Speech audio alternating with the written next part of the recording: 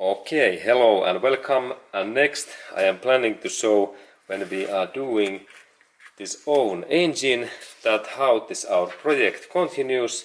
And in repeat we had these four parts now. First one what we need to do was this piston. In here this is piston, first part.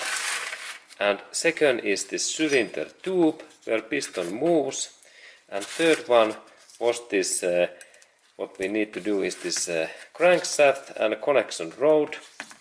And then fourth one was this cylinder block where this crankshaft moves in these holes. And now we have then four parts, and what is the part number 5?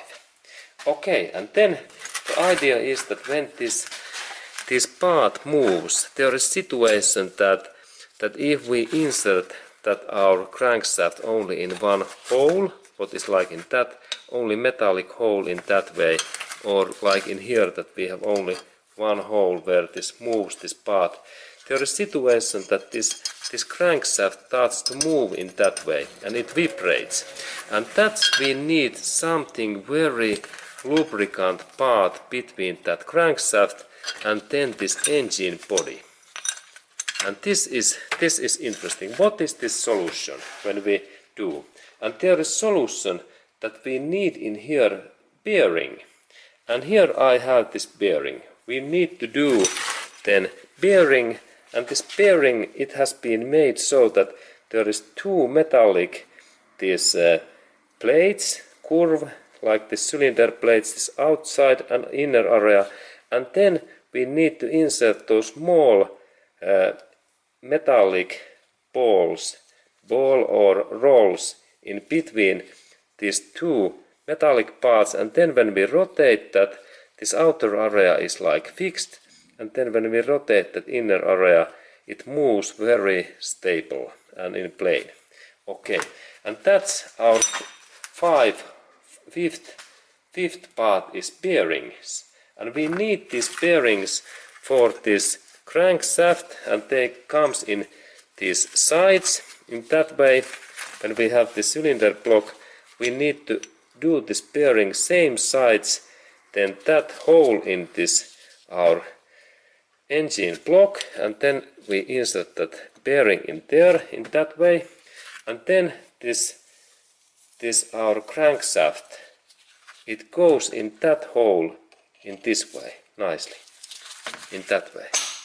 Oh yes, and now it's there in, and we need in one bearing in here, and then in this other side we need similar bearing what is in there already in their inside. And then when I insert these bearings in here, this engine is, we have nice movement in this our crankshaft, and this is purpose of these bearings. And of course in that position where we have this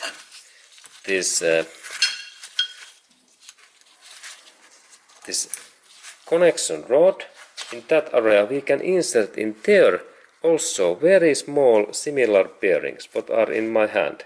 There are those roll bars, and that purpose is that when it goes in there and we have this piston ring rod, then we have very smooth movement also in here. Okay, and this number 5th part is that we need couple of bearings, at least in here 1 and 2 bearings these sides, and also in this piston connection rod and piston ring, this piston rod joint we need in here this one bearing. Let's install in there, and then when this piston comes in here, then this part moves smoothly. Okay, and this was like part number 5th, that we need these bearings.